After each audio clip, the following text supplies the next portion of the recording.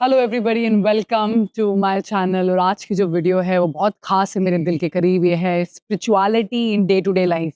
मैं चाहती तो बहुत इसको क्लोज्ड एरिया में रिकॉर्ड कर सकती थी और आवाज़ बिल्कुल आपको जो पीछे से नॉइज़ पोल्यूशन आ रहा है वो नहीं आता। पर मुझे लगा कि स्पिरिचुअलिटी का तो बेसिक जो आधार यही है कि हमारे जीवन का नॉइज़ ख़त्म करना है, तो इसको हम बिल्कुल नॉइज़ के साथ ही बनाएँगे। तो दैट आपको समझ में आए कि जब हम स्पिरिचुअलिटी की बात भी करते हैं, कुछ भी करते हैं, सोचते भी हैं उसके बारे में, तो जो पीछे के जो शोर होते हैं वो हमें एज इंडिविजुअल समझ में नहीं आते या ख़त्म हो जाते हैं। तो आज की जो ये वीडियो है डेडिकेटेड है मेरे अपने पर्सनल एक्सपीरियंस के लिए। मैं एक बहुत स्पिरिचुअल पर्सन हूँ। मैं जब बहुत छोटी थी, आप ये मान के चलो 6-7 साल की थी, तो शायद मैं उस टाइम बहुत ज़्यादा रिलीजियस थी।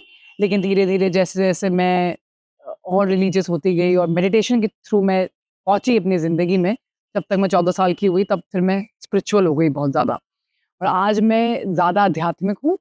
एक प्राइम एनर्जी को समझती हूँ जो मेरे अंदर है, जो ऊपर है, जो हर जगह है। मैं उस एनर्जी को फ़ील करती हूँ और मेरा जीवन अब एनर्जी के बेसिस पे ज़्यादा चलता है। तो वही, अगर आप स्पिरिचुअलिटी में कूदना चाहते हैं या उसको समझना चाहते हैं, तो कहाँ से हम शुरुआत करें और कैसे इसे हमें ज़िंदगी में यूज़ करना है स्टार्टिंग से, वो मैं आज आपको सिखाऊँगी। शुरू करते हैं।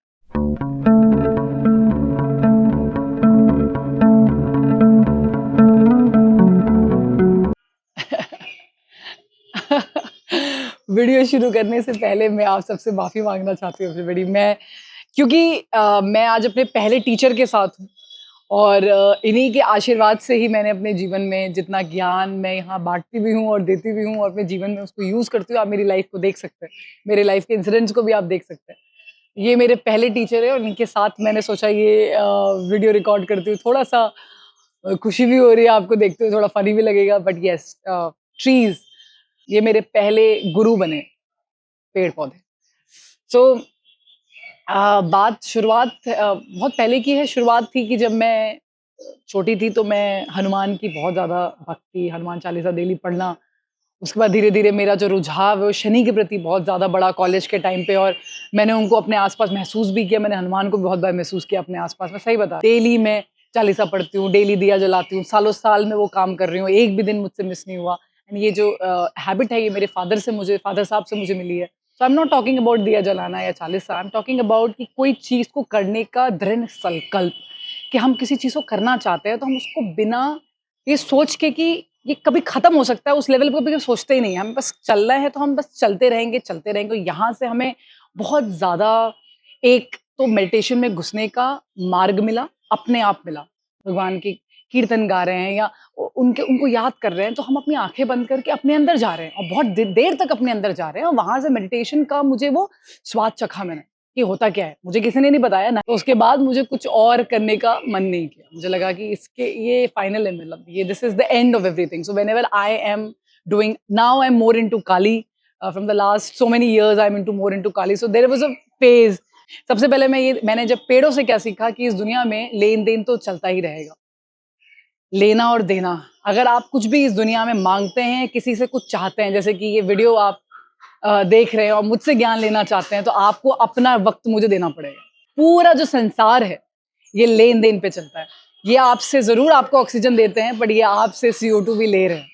आप यज्ञ में स्वाहा करते हो, तब जाके देवता प्रसन्न होता है, वो आपको वरदान देते हैं, आपको देते हैं।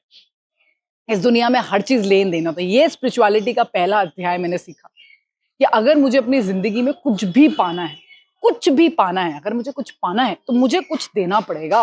मुझे कुर्बानी देनी पड़ेगी, मुझे अपनी आहुति देनी पड़ेगी। अगर मुझे अपनी ज़िंदगी में सक्सेस हासिल करनी है, कुछ बहुत बड़ा बनना है, तो उसके प्रति जो मेरा संकल्प है, जो मेरा वक़्त है, मेरी जो ख्वाहिशें हैं, वो मुझे बहुत भीतर तक छोड़नी पड़ेंगी। और ये बात मुझे क्लास 8th में समझ में आ गई थी। मैं अपने दिमाग में हमेशा ये बोलती थी, आप यकीन मानिए मैं दिमाग में बोलती थी।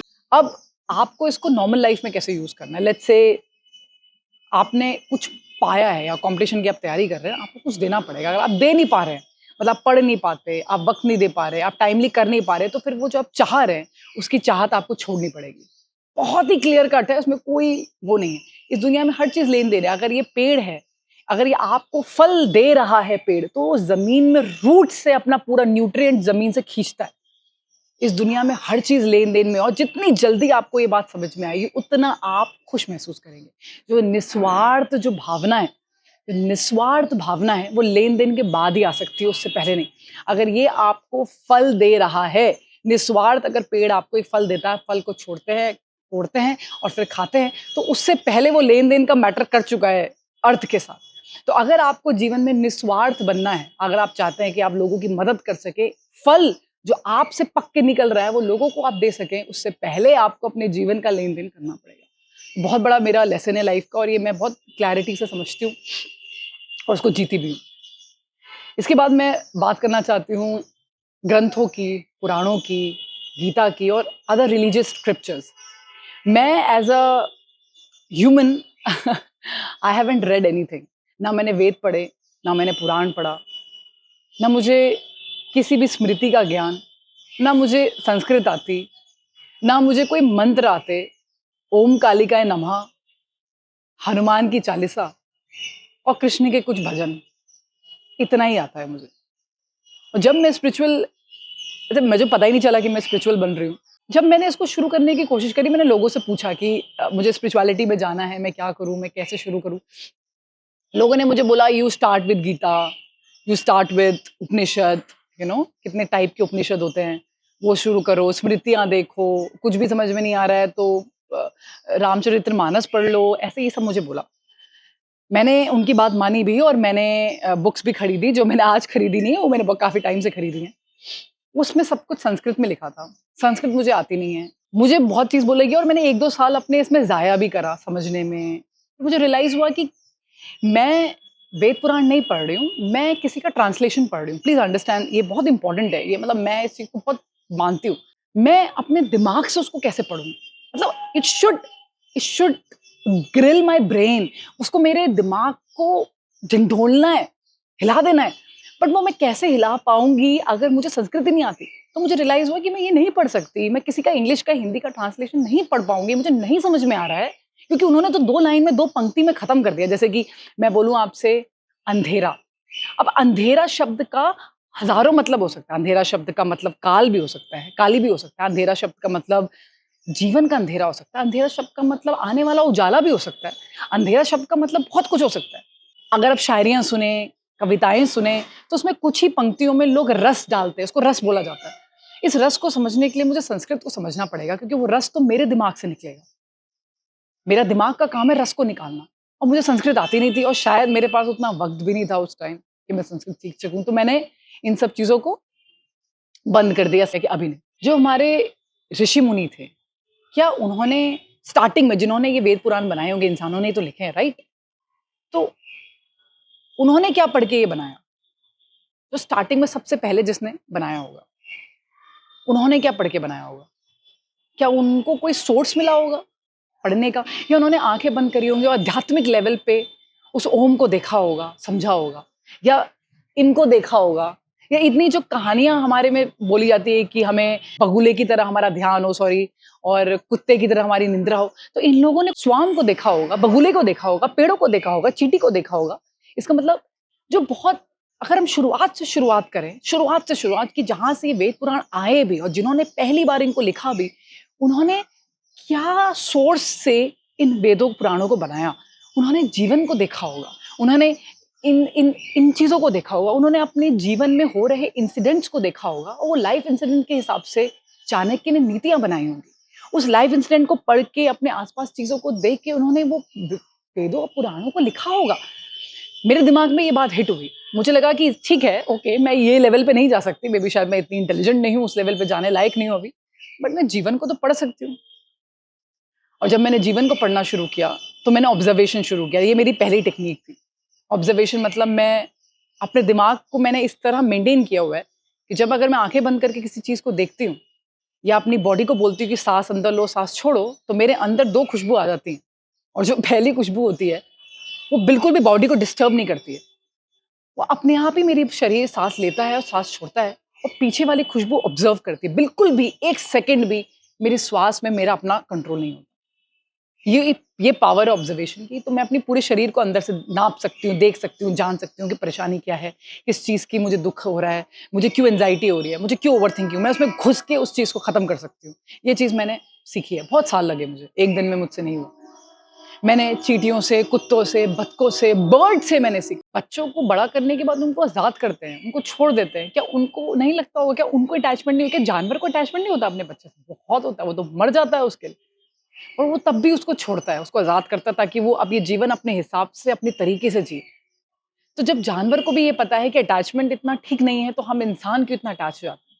मैंने मैंने भौरों से सीखा कि कैसे मैं एक फ़ोकस काम कर सकती हूँ। मैंने चींटियों से, चींटी मेरा बहुत बड़ा गुरु है। मैंने चींटियों को देखा था, यकीन मानिए मैं बचपन में थोड़ा शरारती भी थी, तो मैं चींटियों के पीछे पड़ जाती थी बहुत ज़्यादा। मैंने उनसे सीखा कि अगर इसकी एक टाँग भी टूट गई, वो तो अपनी 3 टाँगों से वो सामान लेके जाएगी। अगर उसकी 2 टाँग भी टूट गई, तो 2 टाँगों से लेके जाएगी। 1 टाँग से टूट गई, तो 1 टाँग से भी छोड़ती नहीं है। ये जो ये मैंने जानवरों से सीखा है कि मैं कभी भी अपने काम को ना छोड़ूँ, भले ही कुछ भी हो जाए। मेरी टाँगें टूट रही हैं, हाथ टूट रहे हैं, मुझे जो करना है, मुझे वो करना है। इसे बुखार में भी मैं वो सब कुछ करती हूँ, जो मुझे करना है। मैं हूँ ऐसी। मैंने बंदरों से सीखा, लचक, फ्लेक्सिबिलिटी। मैंने जानवरों की स्पीड देखी, मैंने चीते देखे हैं, भागते हुए रनिंग करेंगे।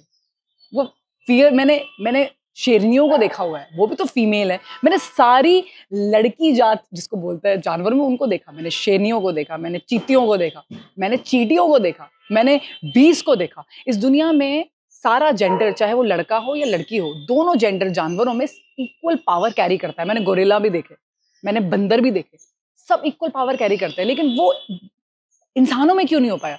तो भगवान ने इसका मतलब सबको इक्वल पावर दी है, तो हमारे अंदर क्यों नहीं हो पाता? हम क्यों इक्वल पावरफुल फ़ील नहीं करते? क्योंकि शायद हम ट्रेन नहीं हैं। अगर आप देखें तो शेरनियाँ शिकार करती रहती हैं, सब अपना काम करते रहते हैं। उनसे ये नहीं बोला जाता तुम घर में बैठ के बच्चों को देखो या ये करो, वो करो। आप समझ रहे हो? घर में ही रहो। घर में ही रहोगे तो मसल तो काम करेगी नहीं, तो पावर तो आएगी नहीं। पावर नहीं आएगी तो जनरेशन खराब हो जाती है, क्योंकि डीएनए तो भागता है। पता है ना आपको, आँखें, नाक, मुँह, कलर, आपकी आदतें, तो आपका जो मसल पावर वो भी बच्चों को जा रहा है, सब कुछ जाता है बच्चों को। आपकी हड्डियाँ, आपकी हाइट तक जा रही है आपके माँ-बाप से, तो ये नहीं जाएगा क्या? आपका डर भी जाता है, आपकी तो अगर जो लड़की वर्कआउट करती है तो उसके आने वाली जो पीढ़ी है वो स्ट्रॉन्ग पैदा होगी, उसके अंदर डीएनए तगड़ा होगा। आपने देखा जो अफ्रीकन्स होते हैं, या मैं अपनी पहाड़ी हूँ तो मैं अपनी बात करूँ, हम सारे पहाड़ी बहुत अच्छा भागते हैं। क्यों? क्योंकि हमारे माँ-बाप ने हिल ट्रेनिंग करी होती है। मैं जब भागना शुरू किया, मैं अपने आप ही अच्छी रनर हूँ, मैंने कभी नहीं रनिंग किया, मेरा डीएनए से आया है, मेरे माँ-बाप दोनों बहुत अच्छा भागते हैं। ये सब मैंने सीखा, ये स्पिरिचुअलिटी का पार्ट है। उसके बाद मेरा लेसन ग्रीड के लिए बहुत आया। एक वक़्त था मेरी लाइफ़ में जब मैं बहुत ग्रीडी, लालची हो गई थी, बहुत ज़्यादा। किस बात के लिए लालची थी वो नहीं बता सकती, लेकिन बहुत ज़्यादा लालची हो गई। और मैंने बहुत ठोकर खाई उस चक्कर में। और जब तक कि मुझे ठोकर खा-खा के ज़मीन के अंदर नहीं गाड़ दिया गया, तब तक मेरी आँखें नहीं खुली। बाद में मुझे लगता था ये गलत, वो गलत, ये ऐसे, वो वैसे, ऐसे। बाद में मुझे रियलाइज़ हुआ मैं ही गलत हूँ। ये मेरी ज़िंदगी का सबसे बड़ा रियलाइज़ेशन था। रियलाइज़ होने में मुझे 8-9 साल लग गए। मैं आपको पूरी जर्नी बता रही हूँ, 14 साल से लेकर अभी तक 36 साल तक। और मैंने ये भी नोटिस किया, जो मेरा ग्रीड है वो साँप की तरह आता है।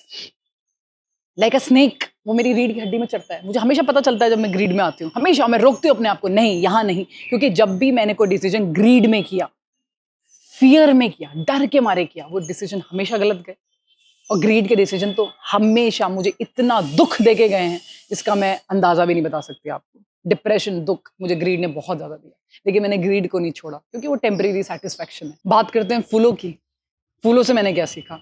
फूलों से मैंने सीखा कि हर फूल का एक दिन होता है। वो खिलता है और फिर वो मुरझा जाता है। अगर वो अपने दिन में ना खिले, तो फिर उसका अस्तित्व ही क्या रहा? हर इंसान का अपना एक दिन आता है और उस दिन के लिए हमें तैयार रहना होता है। हम सबका अपना एक दिन आता है, हम सब फूल हैं और हम सब खिलेंगे। बट खिलने के लिए हमारे अंदर जो ऊर्जा शक्ति होनी चाहिए, वो हमारे पास होनी चाहिए। पर्याप्त पेड़ के पास पानी होना चाहिए, मिट्टी होनी चाहिए, न्यूट्रिएंट्स होने चाहिए, तब जाके ऐसा फूल खिलता है। तो अगर आप अपनी ज़िंदगी में अपने शरीर को अच्छा नहीं करेंगे, अपने दिमाग को अच्छा नहीं करेंगे, अपने एनवायरनमेंट को अच्छा नहीं करेंगे, तो आप ये फूल नहीं बन पाएँगे कभी। अगर आप खिल नहीं सकते, तो आपने इस दुनिया को, इस जीवन को पूर्ण रूप से देखा ही नहीं। जब आपने देखा ही नहीं, तो ये जीवन आपका व्यर्थ हो गया। फिर आपको दोबारा इस जीवन में आना है। मैंने और भी पेड़-पौधे से सीखा कि जब भी, जैसे ये फूल है, मैंने इसको नीचे गिरा रही हूँ। मैं नीचे गिरा ना, इसके पॉलिन्स हैं, ये गिरेंगे और ये दोबारा एक पेड़ बना देंगे। इससे मुझे ये पता चला कि रिकार्नेशन होता है। होता है। इस दुनिया में हर चीज़ रिकार्नेट हो रही है। अ, इनके सीड्स गिरते हैं, नया आ जाता है, उसी पेड़ से दोबारा निकलता है। मैं अगर मरूँगी, तो मेरी एनर्जी नहीं, ये बात समझ में आई कि ये गेम सिर्फ़ इस जन्म का नहीं है, जन्मों-जन्मों का है और अगर मैं चाहती हूँ कि जन्मों-जन्मों तक मेरा जो पेड़ है, वो फूलदार रहे, तो मुझे देखना पड़ेगा कि मैं इस जन्म में क्या कर रही हूँ, मेरे कर्म कैसे हैं, मैं अपने जीवन को कैसा देखती हूँ, मैं क्या पाना चाहती हूँ। और मेरे लिए सबसे मेरी एक चाहत है, मतलब बहुत ज़्यादा मैं पाना चाहती हूँ ज्ञान को, क्योंकि सिर्फ़ ज्ञान ही जा सकता है। ये मैंने कैसे सीखा? ये मैंने सीखा बच्चों से, छोटे-छोटे बच्चों से। बच्चे पैदा होते हैं, वो बिल्कुल व्हाइट स्लेट के माफ़िक होते हैं, राइट? उनको ना कोई भाषा आती है, ना कुछ, बट कुछ बच्चे पैदा होते ही बहुत खुश होते हैं कुछ दिनों में और कुछ बच्चे रोते रहते हैं। ये तो फिर नेचर कैसे आ गया उनके अंदर? ये क्या है जो वो लेके आ रहे हैं? कुछ बच्चे बचपन से बड़े इंटेलिजेंट पैदा होते हैं और कुछ बच्चे इंटेलिजेंट पैदा नहीं होते हैं। कुछ बच्चों का स्वाभाविक जो उनका अट्रैक्शन होता है, वो किसी पर्टिकुलर फ़ील्ड की तरफ होता है, आर्टिस्टिक होते हैं, कुछ साइंस में बहुत अच्छे होते हैं। अपने आप उनका रुझाव होता है। ऐसा नहीं उनके पेरेंट्स ने उनको फ़ोर्स किया होता है, बट रुझाव होता है, ये मैंने अपने घर में देखा हुआ है। सो मुझे ये रियलाइज़ेशन हुआ कि कुछ तो एक बच्चा अपने दिमाग में कुछ तो लेके आता है। वो कुछ तो है, अब मैं उसको ज्ञान के अलावा और कुछ इंटरप्रेट नहीं कर पाई। मुझे लगा कि मुझे ज्ञानी तो बनना ही है इस जन्म में, ताकि अगला जन्म अगर मुझे मिले इंसान का, तो मैं ज्ञानी बनूँ तो बेहतर है। और बचपन से ही ज्ञान आ जाए, क्योंकि जितनी जल्दी ज्ञान आता है, उतनी ही जल्दी जो दुःख होते हैं हमारे, वो खत्म हो सकते हैं। मुझे बहुत बड़ी प्रॉब्लम थी लोनलीनेस की। 25-26 साल के आस-पास मैं बहुत लोनली फ़ील करती थी और 2-3 साल तक मैंने बहुत ही ड्रेडफुली लोनली फ़ील किया है। मुझे मैंने डेट किया लोगों को, मुझे रियलाइज़ हुआ डेटिंग करने से लोनलीनेस खत्म नहीं हो रहा है। भीड़ में भी मैं अकेला महसूस करती थी, किसी के साथ होके भी मैं अकेला महसूस करती थी। लोग मुझे बहुत प्यार करते थे, मैं तब भी अकेला महसूस करती थी। मुझे रियलाइज़ हुआ ये लोनलीनेस मेरे अंदर है। It has nothing to do with बाहर का, it has to do something in me. I really work on my loneliness for 4 years. 4 to 5 years, I started working on my loneliness. I did specific meditation only for loneliness. Today, I can tell you with proud that from the last 2 years, I haven't felt lonely in my life. And I'm single. And I'm not going to get married. And I will be living my life like this. So I am preparing my body and my mind for my future Khushbu.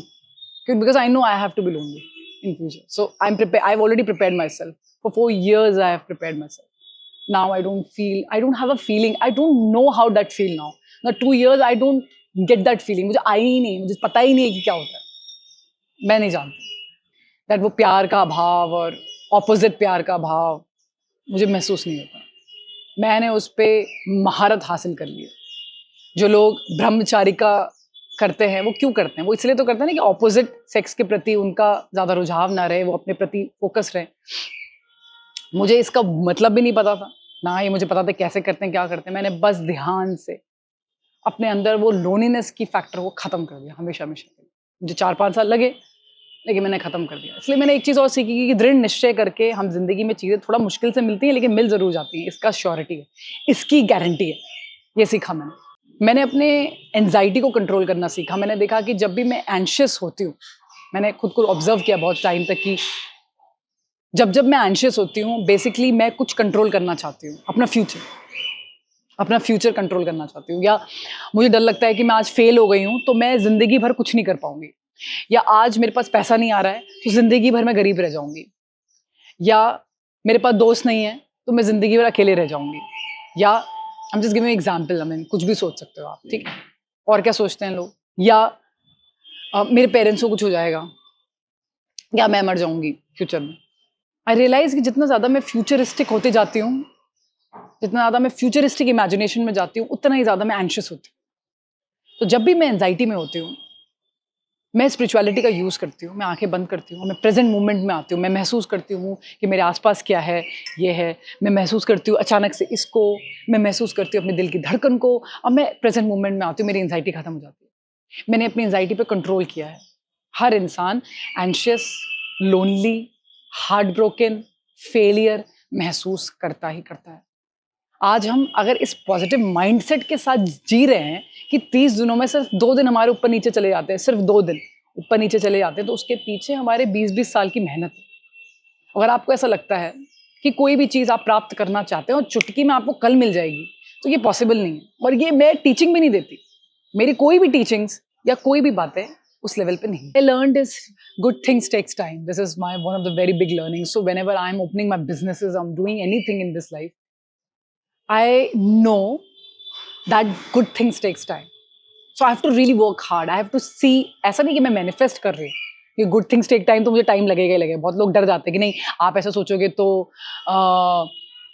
वो कभी होगा ही नहीं, लंबा हो जाएगा, may be आपको पहले मिलना होगा। नहीं नहीं नहीं, ऐसा नहीं होता। मेरे सोचने से मुझे पहला नहीं मिल सकता। मेरे भाग्य में जो जब लिखा है वो तब होगा। अगर इस चीज़ का ज्ञान मुझे अभी तक नहीं हुआ तो बड़ी मुश्किल है। मुझे जब जाना है ऊपर, मैं तभी जाऊंगी। मेरे मैनिफेस्ट करने से कुछ नहीं होगा। कुछ चीज़ें मेरे हाथ में नहीं है, ये मैंने सीखा। कुछ चीज़ें मेरे कंट्रोल में नहीं है, ये मैंने सीखा। हर चीज़ मैनिफेस्ट नहीं हो सकती। फॉर एग्जाम्पल, तुम मैनिफेस्ट करो कि मैं कभी मरूं ही ना, ऐसा हो सकता है क्या? तुम मैनिफेस्ट करो अगला जन्म मेरा ये हो, ऐसा हो सकता है क्या? हो सकता है तो हो सकता है, तो फिर कर लेना भाई, अगर हो सकता है तो। ये पूरी दुनिया माया है यार, खेल चल रहा है। इतना सीरियसली नहीं लेना है चीज़ों को। खेल चल रहा है, खेलो खेलो। What I learn from my life, कुछ चीज़ें मैं कंट्रोल कर सकती हूँ, कुछ चीज़ें मेरे कंट्रोल के बाहर हैं। जो चीज़ें मेरे कंट्रोल के बाहर हैं, मैं ऊपर वाले पे रिलाई करती हूँ कि मुझे आप पे यकीन है कि जो होगा अच्छे के लिए होगा, जो हो रहा है वो अच्छे के लिए हो रहा है। मेरा क्या था जो मैं इस दुनिया में लेके आई, जो दिया तूने दिया, जो लिया यहीं से लिया, जो दूंगी वापस दे दूंगी। मैं खाली हाथ आई थी, मैं खाली हाथ जाऊंगी, मैं समझती हूँ। और जो चीज़ें मेरे कंट्रोल में है, उन चीज़ों के पीछे मैं पड़ जाती हूँ। उन चीज़ों के पीछे मैं पड़ जाती हूँ कि मुझे पता है कि करत करत अभ्यास, कि अभ्यास करने वालों का कभी नहीं होता। एक रस्सी भी पत्थर को घिस घिस के काट देती है। एक रस्सी पत्थर को काट सकती है। कुएं वाली, वही वाला है ना, उसी करत करत अभ्यास वही तो है कि आप कोई से जब रस्सी से खींचते हैं तो रस्सी में इतनी ताकत होती है, बार बार खींचने से वो पत्थर को भी काट देती है। तो मैं उसके पीछे पड़ जाती हूँ कि मुझे क्यों नहीं मिल सकता है, मैं करके रहूंगी। ऐसा नहीं कि मैं सिर्फ सोच रही हूँ, बातें कर रही हूँ, मैं काम कर रही हूँ। मिलेगा ही मिलेगा, मैं जानती हूँ। जो भी मैं शुरू करती हूँ, मेरा एम हमेशा लॉन्ग टर्म का होता है। जब मैंने अपना इंस्टाग्राम शुरू किया, मैं 10 साल का सोच के चल रही थी। जब मैंने यूट्यूब अपना ऑन किया, तो मैं यूट्यूब को 50 साल का लेके चल रही हूँ। जब मैं अपना बिजनेस अभी लॉन्च मैं करूँगी अभी, और जो मेरा चल भी रहा है, काउंसलिंग का बिजनेस है, if you don't know, so I am a counsellor.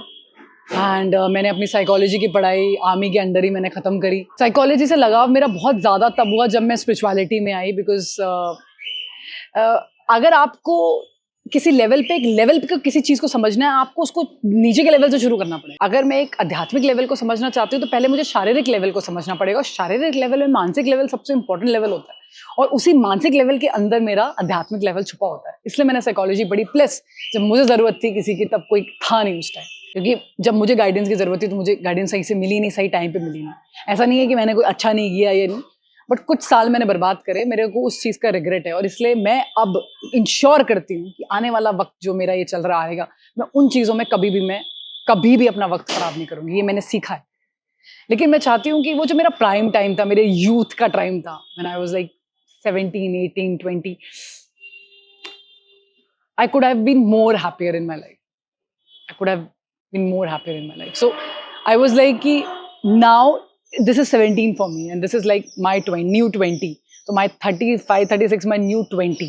So I wanted to create this till at least 50. I wanted to enjoy like anything, like a very young. That's why I'm very happy, young, जुबली पुबली type रहती हूँ मैं, क्योंकि I want to have that. वो जो मैं उस टाइम नहीं मैं फील कर पाई, मैं अभी फील करना चाहती हूँ। इसलिए मैं बढ़ नहीं पा रही हूँ, मैं वैसी हूँ। I don't want my inner child to die, I just want to behave like that only, because I am like that. Because वो मैंने मिस करती हूँ अपनी लाइफ में, बहुत मिस करती हूँ वो पार्ट। जब मुझे वो मिल नहीं पाया, मुझे लगा यार हमारे टाइम में कुछ होता, हम किसी से हेल्प मांगते। एक काउंसलिंग करने का रीज़न बहुत ही इटर्नल है मेरा, इटर्नल और इंटरनल दोनों। मैं काउंसलिंग की दुनिया में आई, मैंने 2 साल पहले अपना बिजनेस ज्वाइन किया, और मैं so if you want my suggestion, if you want my help, you can always reach out to me on my website www.khushbupatni.in, और आप व्हाट्सएप पे भी आ सकते हैं हमारे पास, if you want our personal suggestions on counselling. किसी भी टाइप की काउंसलिंग मैं करती हूँ, related to life, personal, relationship, even sometimes divorce also, and career related, spirituality related, life coaching, everything anything. तुम्हारी जिंदगी से कुछ भी, इनफैक्ट बहुत सारे एडिक्शन के लिए लोग आते हैं, हर टाइप का एडिक्शन, चाहे वो सेक्सुअल एडिक्शन हो आपको, या आपको पोर्नोग्राफी एडिक्शन हो, या आपको ड्रग्स एडिक्शन हो या गेम एडिक्शन हो या आप फेलियर फील करते हैं लाइफ में, आपको एक रिदम चाहिए, आपको एक सपोर्ट चाहिए, एक जड़ चाहिए आपको। हर चीज़ में मैं सपोर्ट करना चाहती हूँ लोगों को, मैं करती हूँ। तो अगर आपको मेरी ज़रूरत है, मैं बिल्कुल I am always available. I have few slots available every day और मैं डायरेक्ट वन टू वन लोगों से वन ऑन वन कन्वर्सेशन चलता है, कोई और तीसरा इंसान कॉल में नहीं होता। So to just sum up the video, 2 चीज़ें याद रखनी है। पहला, जो होता है अच्छे के लिए होता है, और दूसरा, परिवर्तन जीवन का नियम है। बस 2 चीज़ें 2 साल के लिए प्रैक्टिस करनी है और सारा ज्ञान इसी से फूटेगा। जो फ्रूट आपको हाथ में मिल रही है, जो मैंने आपको बताया, ये फ्रूट है। अब जब आप इसको यूज़ करोगे तो इसकी परत फटेगी, इसके अंदर का पल्प निकलेगा और इसके अंदर एक सीड निकलेगा। उस सीड से वो फ्रूट का पेड़ दोबारा निकल के आ जाएगा। तो आपको ये 2 चीज़ें याद रखनी है, जो होता है अच्छे के लिए होता है, चाहे कितना भी बुरा हो रहा है आपके साथ, जो होता है अच्छे के लिए होता है। मैं इसलिए कह रही हूँ कि मैं ये कर चुकी हूँ और बुरा हो चुका है। और दूसरा, परिवर्तन ही जीवन का नियम है। तो जब कभी डाउनफॉल आता है, परिवर्तन ही जीवन का नियम है। अपफॉल आ रहा है, परिवर्तन ही जीवन का नियम है। और कुछ भी इस दुनिया में कांस्टेंट नहीं होता। तो परिवर्तन से ये चीज़ समझ में आती है कि आज मैं गिर रही हूँ तो कल उठूंगी, आज उठ रही हूँ तो कल गिरना ही है मुझे। इसलिए किसी भी चीज़ से ज़्यादा मोह माया ना रखें। जहाँ आपने ज़्यादा अटैचमेंट कर लिया अपने काम से, लोगों से, इससे उससे, अटैचमेंट का मतलब क्या है कि खोने का डर। अटैचमेंट का मतलब प्यार नहीं होता, अटैचमेंट का मतलब होता है खोने का डर। खोने के डर को खत्म करिए, क्योंकि वो खोएगा ही खोएगा। आप इस दुनिया में कुछ भी बनाएंगे, चाहे ये पेड़, ये शरीर, ये बाल, ये सब जाने ही जाने हैं। इस चीज को जब जब जितनी जल्दी आप समझ जाएंगे, उतने आपके लिए बेहतर होगा। इन 2 चीजों को 2 साल के लिए प्रैक्टिस करेंगे। देखिए, इस दुनिया में कुछ चीजें हम सोच नहीं पाएंगे, जैसे कि छोटी सी बच्ची ने ऐसा क्या किया तो उसके साथ इतनी बुरी तरह रेप हुआ, उसको ऐसे ईंटों से मार मार के मार दिया गया। उन बूढ़े माँ बाप का क्या गलती थी जो फ्लाइट में जा रहे थे, फ्लाइट एक्सीडेंट हो गया, मर गए। एक बूढ़े इंसान की क्या गलती थी कि 2 लोग लड़ रहे थे तो एक गोली उससे चली तो उनको लग गई। या एक जवान लड़की की क्या गलती थी कि वो भाग रहा था, उसको हार्ट अटैक आ गया, वो मर गया। हम नहीं समझ पाएंगे ये चीजें कि ऐसा क्यों होता है, उसने क्या किया था, उसने, हम लोग कहते हैं ना सारे कर्मों का फल मिलता है, तो उसमें कौन से कर्म थे हम नहीं जानते, हमें नहीं पता। और जितना ज्यादा हम घुसने की कोशिश करेंगे, ये फटता है। तो जितना ज्यादा हम घुसते हैं, हमें रियलाइज होता है कि हमें कुछ नहीं आता। इसलिए कुछ चीजें मैंने अपने जीवन में मान ली हैं कि मेरे साथ जो हो रहा है, दूसरों के साथ नहीं, पर जो मेरे साथ हो रहा है वो ठीक ही हो रहा है। जो भी मेरे साथ हुआ वो ठीक ही हुआ, जो होगा वो और भी ठीक होगा, उसमें मेरा ही कुछ फायदा छुपा है। ये मुझे सोचना है, क्योंकि अगर मैं ज्यादा सोचूंगी तो मैं उस तर्क तक कभी नहीं पहुंच पाऊंगी। याद रखिए, ये मैंने बहुत सोच लिया है, सालों सालों सोचा है मैंने। जितना मैं सोचती हूँ, मुझे ये पता चलता है कि मुझे कुछ नहीं आता। इसलिए मुझे कोई ना कोई चीज को बेस मान के आगे बढ़ना पड़ेगा, अगर मुझे अपनी नॉलेज का ग्रोथ चाहिए तो। और यही मैंने ग्रोथ माना है कि जो हुआ है अच्छे के लिए हुआ, उसमें कुछ ना कुछ मेरे लिए प्रभु आपने अच्छा ही रखा। मैं अपने राह पे चलती रहूं, अपने मार्ग से हटूं ना। परिवर्तन ही जीवन का नियम है। और आज अच्छा वक्त है तो कल बुरा आएगा, तो कल बुरा तो अच्छा। और ये साइकिल जिंदगी भर के लिए कुछ भी नहीं रहता, ना रिश्ते, ना प्यार, ना पैसा, ना संपत्ति, ना हम। ये स्पिरिचुअलिटी का बेस है। अगर आपने इसकी प्रैक्टिस करनी है कम से कम 2 से 3 साल, और आपको कुछ भी और सीखने की ज़रूरत नहीं पड़ेगी। आज मैं एक ऐसे मुकाम पे आ गई हूँ कि अब मुझे लगता है कि हाँ, मैंने काफ़ी कुछ अपने जीवन से एक्सट्रैक्ट कर लिया है, तो अब चलो पढ़ते हैं उपनिषद में क्या लिखा है, अब चलो पढ़ते हैं गीता में क्या लिखा है, चलो पढ़ते हैं अब रामायण में क्या लिखा है। और जब मैंने उपनिषद का पहला पन्ना पढ़ा और उसके मतलब को मैं समझना शुरू किया कि उपनिषद मतलब कि आपने गुरु के स्पर्श में बैठ के वो आपको बताते हैं, तो उसको, उस नॉलेज को, उस ब्रह्म ज्ञान को उपनिषद बोला जा रहा है, राइट? जो पहला मैंने पन्ना पढ़ा, पहला शब्द जो पढ़ा, वो तो मुझे पहले से आता था, क्योंकि वो मैंने इन्हीं ज्ञान से निकाला है। तो मुझे अब रियलाइज हो रहा है कि जो मैं सोच रही हूँ वो तो इसमें लिखा हुआ है पहले से। इसका मतलब हैंस प्रूव्ड कि जो मैंने अपने 20 साल लगाए हैं जीवन में, वो कहीं ना कहीं उन किताबों में लिखे हुए हैं, लेकिन और स्पष्ट रूप में लिखे हैं और रिफाइंड फॉर्म में लिखा गया है।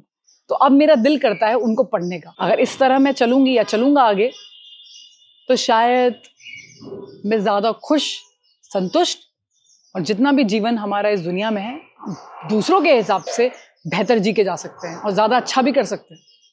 क्योंकि हमें अपनी सक्सेस पे भी ज़्यादा अटैचमेंट नहीं होगा, ना अपने फेलियर पे ज़्यादा अटैचमेंट होगा। और जो इंसान इस तरह चल सकता है, वो ज़िंदगी में कुछ भी हासिल कर सकता है, कुछ भी। सो जाते जाते जो मेरे यंग, स्पिरिचुअल, अपकमिंग लोग हैं, जो बनना चाहते हैं या जो स्पिरिचुअलिटी में है और उसको और आगे बढ़ाना चाहते हैं, जितना ज़्यादा हम आंतरिक अध्ययन करेंगे, अंदर जाके, आंखों के अंदर जाके, दिमाग के अंदर जाके, अपनी पुरानी ज़िंदगी में जाना चाहेंगे, पुरानी चीज़ों को समझेंगे, पुराने काल को समझेंगे कि आपने ऐसा उस समय किया, क्यों किया।